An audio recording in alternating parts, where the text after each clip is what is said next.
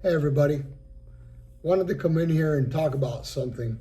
I just got off the phone with a buddy of mine, and man, I had to make a little clip about this.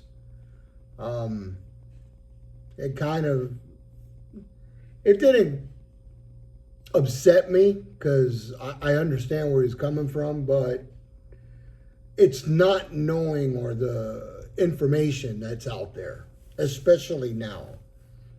So um, he's a little older than me. I'm actually turning 60 this year. I can't believe it. I'm turning freaking 60. Um, he is 65, I believe.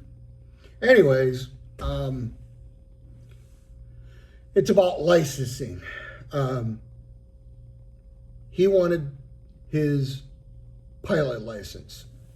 Well, as you guys know, or if you're after that or want to acquire a pilot license, it's kind of expensive.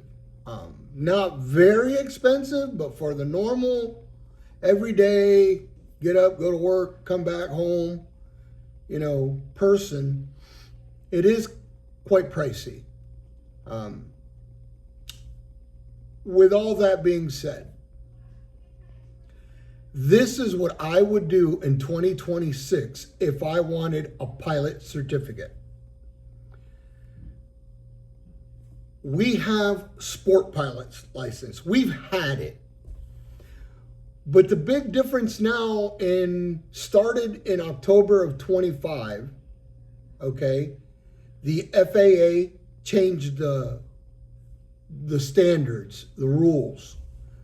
EAA was a massive push for this, and all the guys in the light sport and the ultralights and this whole world that revolves around EAA had everything to do with it. So they came up with the mosaic rule in October of 2025. It came into effect. Now, I believe in April or May, the classes come into effect. But anyways, going back to what I was getting to, this is the best time. I mean, literally, this is the best time. Before, if you wanted your private pilot license, you had to have minimum 40 hours, plus your ground school and all that. So you are looking at probably in the neighborhood of $10,000 to $12,000, more or less. Okay. That being said, there are some people that made it at the very minimum, which is 40 hours, but that's very unlikely. You're usually in the 45, 50 hour, some people 60, 70 hours.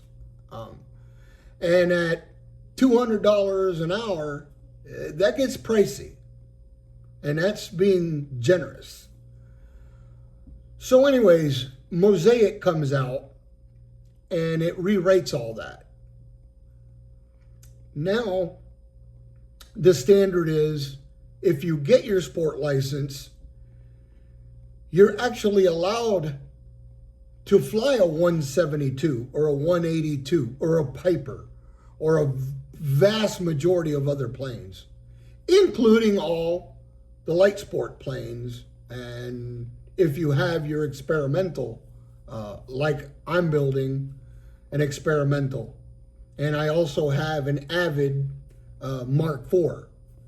So all those planes fit right into Mosaic and sport pilot license. It's only 20 hours that is required. That's the bare minimum. So now you're cutting the time in half. So it makes it very, very attainable and achievable because you're cutting the time in half. Literally. With $5,000-6,000 on the low end, you're good. Now, there's a lot of things that you can do to help you. Like I told him, a lot of the flight schools, they have what they call block hours. And block hours is something that you can buy in bulk. So in other words, when you go to do your training, you're usually flying for an hour, maybe two, right? So buying the block hour, you go to the school and you tell them, okay, look, I got a certain amount of money. I want to see what we can work out, and I can buy, 5 hours. What is the minimum you'd charge me per hour if I buy 5? Okay? Or if I buy 3, or whatever the case may be. Most times in most schools will give you a break. Okay? Because you're buying in bulk. You're buying more than one. For them it's beneficial, and for you it's beneficial. So it's a win-win for both. So you can buy the block hours. Another thing I know that's possible, it's rare, but it's possible. I had somebody, or should I say, I know somebody that did this. They went to the flight school, and not only did they buy block hours, correct? They asked the flight school if they needed any help, because there is a massive, massive shortage of A&Ps right now. And it has been like that for the past 5 years. It's been really going downhill. Too many people are retiring. Too many people, it's out of reach, because to become an A&P, you're getting in big debt. You're getting in way big debt. So it's hard for somebody older like me, or a little bit younger, 10, 20 years younger. It's hard because you got full-time jobs. So how are you going to go to school? You can. It's definitely attainable, and you can do it, but it's still expensive, right? So that's another thing with Mosaic, and I'm not even going to touch that. That's going to be for another time and another video, or short, or whatever y'all want to call this. But that Mosaic opened up for a window or a door for that, for the mechanics. But that's something else. Anyways, what I was saying is that this gentleman that I know, he asked the school if they needed any help in the hangar. Now, obviously, he wasn't an A&P, okay? He's not. But he went and asked anyways. They actually said yes. And he did join the crew. And he was doing all the grunt work,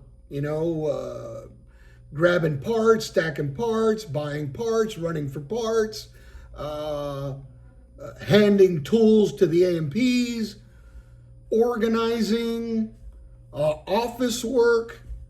Believe it or not, there's a lot of things that you can do for them. And they're willing to trade your time for flight time, which is freaking awesome. It's a win-win situation again. So I know he did that, and I believe he actually did a private pilot, okay? So he did get his private pilot license. But what I'm saying is, if now the sport pilot license is cut in half, and you're able to find a school that's willing to let you work side by side with their A&Ps, their mechanics, and knock off time for you that you don't have to pay, come on, seriously? That, I'm telling you, this is a beautiful time right now for people that thought it was out of reach. It's not. Very, very reachable, very attainable. So I just wanted to come in here. And for my private pilot guys that have got shoved to the side because of their medical and they can't fly anymore, this is also great for you. Okay? Because now, if you abide by the sport pilot license rules, you guys can fly with your driver's license. Don't need a medical anymore. Okay? But there are restrictions. And please look up all the mosaic rules. But I'll tell you that a private pilot, okay, flying in sport pilot class or certification can fly with his driver's license. Okay? Now, restrictions. There are restrictions. Okay? Even though the plane has 4 seats, you can only have 1 passenger. All right.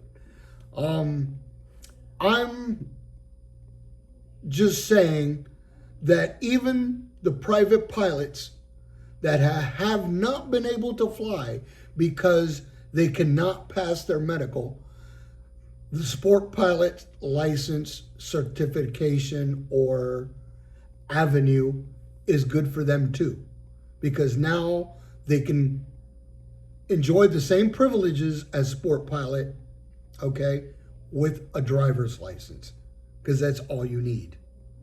So again, future pilots, you know, pilots that you've been flying for years and can't anymore because of your medical, beautiful time for you.